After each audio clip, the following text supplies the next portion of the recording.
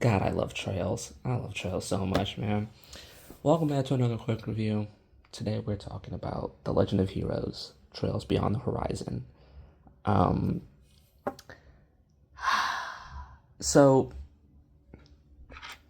I'm sighing in all this. This is not the first time that I've played this game. I played this game a month after launch when it was before fan translations and whatnot, back in late 2024. Um, Played it by using Google Lens and translated with my phone every singular piece of dialogue, and I absolutely adored that game. I hadn't played it since, and so I'm even when it came out on PC and the fans translation and whatnot, and so I was really interested to see how my opinions changed, how I felt about the game after taking a long break in between, because outside of the Sky games, I've replayed Trails games within a couple of months after I first played them. That's been the same case with all of them except for Sky, just because the remakes are coming out, and I don't and I'd rather prioritize those. I'd rather prioritize new games or new experiences over games that I've played before. That's just a me thing.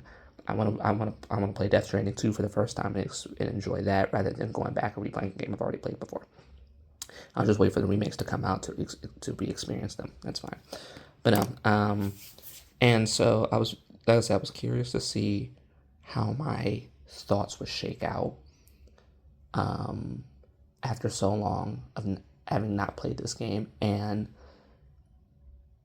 to put it in, to keep it short and brief in one sentence. This is the only video game that has ever made me cry twice, on my initial playthrough and on my replay, both at the same moment, which is the end of the game. Trails Beyond the Horizon is great, man. It's my second favorite Trails game of all time. Much as I love this game and its ending, I do love Cold Steel 3 more. Cold Steel 3 is just my game. I adore that game. But this game is amazing, man, from start to finish. It's just awesome. And another compliment that I can give in regards to Trails Beyond the Horizon and that moment is that it made me cry over a character that I don't particularly like. You get a lot of crap on the internet from Trails fans about not liking the Daybreak cast and whatnot. And I'm one of those people. I'm not the biggest fan of the Daybreak cast. In particular, Anyas. Anyas is just kind of, and I even in replaying some of the Daybreak games and even after Horizon, Anyas has never really been a favorite of mine. I don't. It's just she's a character that I never really cared for. She falls into like the same archetype as character archetype as like a Ellie or a Elisa in a sense. I'm not talking about like, no, not Elisa, more so Ellie, of like, a, oh my gosh, she is Ellie B too, but like, how they act, their role in the plot to a certain extent, except Anyas, I think, does that way better. I think I prefer Ellie as a character over Anyas, just me personally. This is all a personal opinion. It's whatever. But I think the way everything was executed with Anyas was much better. And it made me cry at the end. Oh, like I said, over a character that I don't particularly like all that much. And I think that goes for the same rest of the Arc Solutions office. If we're going to go to my negatives about this game and the Calvert arc as a whole, I think my negative about the entire arc and a bit of this game is not perfect. I gave it like a 12 out of 10. Granted, I do have it as like one of my favorite games of all time. It's like top 10 for me. And that's because the game made me cry. Not every game is perfect, right? not every game is perfect. Even the games that are in my top 5 games of all time, there are issues to be had. There are issues there, but getting over those issues and being able to enjoy the game with those issues, I think, is what makes the game all the more special to me. But my issues with this game and the Calvert arc as a whole has to boil down to pacing and um, characters. I don't. The pacing in Calvert as a whole, especially and in this game, is weird. It's definitely more prevalent in Daybreak 2, but it's weird. It's there are certain moments in these games where they feel drawn out for the sake of feeling drawn out, just to make the game longer. And I have no issue with games being long, but I also want a little bit of substance in there. And not everything in Trails Beyond the Horizon is needed, right? There are certain moments that I think you realistically could cut out, and the game would be fine, or not cut out, but like certain things you could trim down on, and the game would be fine. And then characters, Arclight Solutions as a whole, I think is my least favorite cast of all of the Trails games, and I am a Cold Steel Glazer, I'll admit that, but even this is coming as an individual who thinks that OG Class 7, regardless of my glazing with Cold Steel, OG Class 7 isn't much better in that regard, right? I think what those games do better than these games is it's kind of a give or take, or a double-edged sword in that matter, where the Cold Steel games have, in my opinion, better individual standout characters. I think those characters, some of those characters as a whole, have become some of my favorite characters ever in fiction. Reen Schwarzer is my goat. I'm not going to elaborate on that. I love Altina, Crow, Fee, Toa, even other characters besides the one that were in a Horizon. A favorite of mine is Gaius. I love Sarah a lot. Laura is great, even though what happened to her after Cold Steel 2 should be a crime. Laura is great, right? And the members of New Class 7, all these characters that I love. The thing is that I think outside of New Class 7 aside, OG Class 7 don't really work as a believable unit, as a believable friend group. Eustace is also amazing. It's more believable in Cold Steel 3, but that's only because you've spent so much time with them at that point. I don't think Falcom did a good job at making these characters believable friends. Whereas in Arclight Solutions case, this is a found family. You can tell that they love each other. They all have chemistry with each other, and I love that. The problem is that I think what drags that down is the fact that I don't particularly care about any of the characters.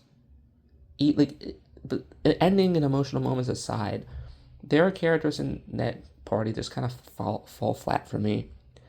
I like Aaron, but Aaron feels like a copy and paste in certain regards to other characters in the franchise. Reset, for the longest time, didn't do anything for me until you get a piece of her lore and Trails Beyond the Horizon. But the problem is that we don't know where that is going to go. And I feel as though we could have done a little bit more throughout these games. Judith, I like Judith, but not enough to be like, yeah, this is a character that I ultimately care about.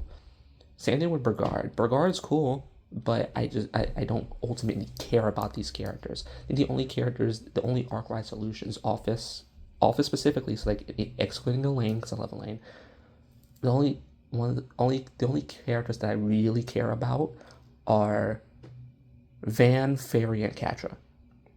The only characters I like really care about.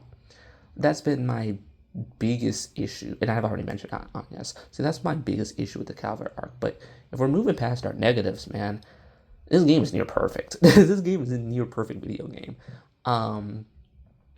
It's crazy seeing where we've gone, where we've come, from Sky to how ugly looking Cold Steel 1 and 2 are. I love those games to death, but they're ugly.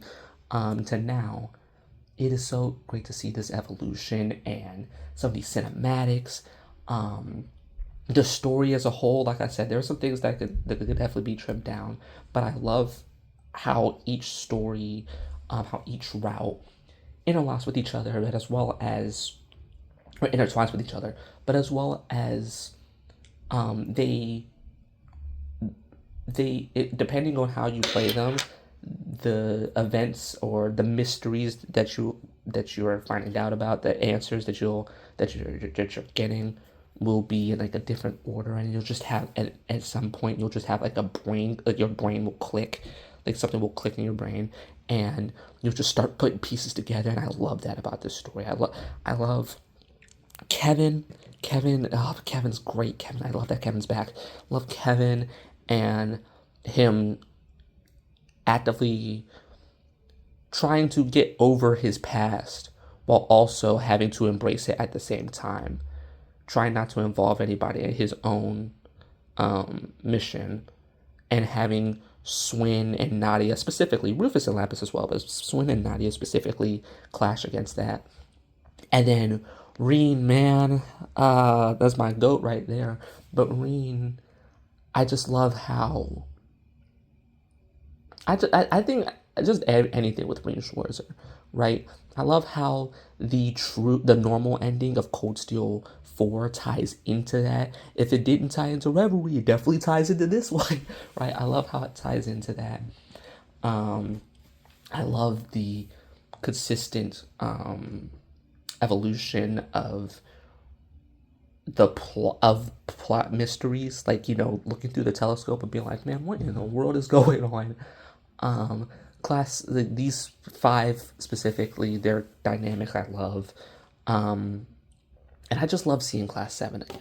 That's ultimately for me. I love seeing Class 7 again, and Reen, Shizuna, and Kafai, man, these are great segments in this video game. I absolutely adore it. And then you get to the end of the game, and it just all culminates in peak. Another issue I do have with this game is kind of how everything with the Grandmaster is handled. It's Reverie all over again with how the Grandmaster's on the box art, but she's just barely in the game. But as well as I do really wish that we could have found a way to have everybody meet with the Grandmaster, but it's whatever. It's fine. It doesn't take away from it that much. But how everything culminates in the end, how all these things that you should pick up throughout the entirety of the story culminates and ends, and you have the music, and I love Trails Beyond the Horizons OST. There are some duds in there for sure. There's some duds in there, but things like, and then into Space Warriors, Valhalla, Dicey Ray, like these songs are just phenomenal. I think And Then Into Space is one of the greatest video game songs ever created. These songs are phenomenal. And then the ending happens, everything with Renee. Oh my god, Renee. Everything with Renee and Agnes, it just makes me emotional. It made me cry again. So yeah. Trails Beyond the Horizon is amazing. I'm very curious to see where this goes next. Because, with Cold Steel, with previous Trails cliffhangers, whether it be Sky FC to SC, Cold Steel 1 to 2, or Cold Steel 3 to 4, you kind of had an idea of where it was going. Sky FC was like, okay, now we gotta go find Joshua. We gotta go find Joshua and stop Weissman and Ouroboros and whatnot. To be fair, I don't think we knew they were called Ouroboros at that point, but I digress. Cold Steel 1 was, gotta get back with our big giant robot, find our friends, and stop Crow, right? Cold Steel 3 was, help Reen stop Osborn, right? This is truly a case of I have no clue where it could possibly go. Like I've thought about this for a year and a half now. Every possible idea that I have in my mind, I got nothing. It don't make sense to me. I'm very excited to see where that goes. So yeah. Trails Beyond the Horizon is amazing. I gave it a 12 out of 10. It's one of my favorite games of all time. It's top 10. And to anybody that said, oh yeah, I don't mind the fact that we got the Sky remake or Sky SC remake before Horizon 2, I hate you all. I hate you all. And I hope you understand what I'm going through now, what I've been going through for the last year and a bit. So yeah, thanks for watching. Not a quick review at all, but still a quick review nonetheless. See ya. Bye.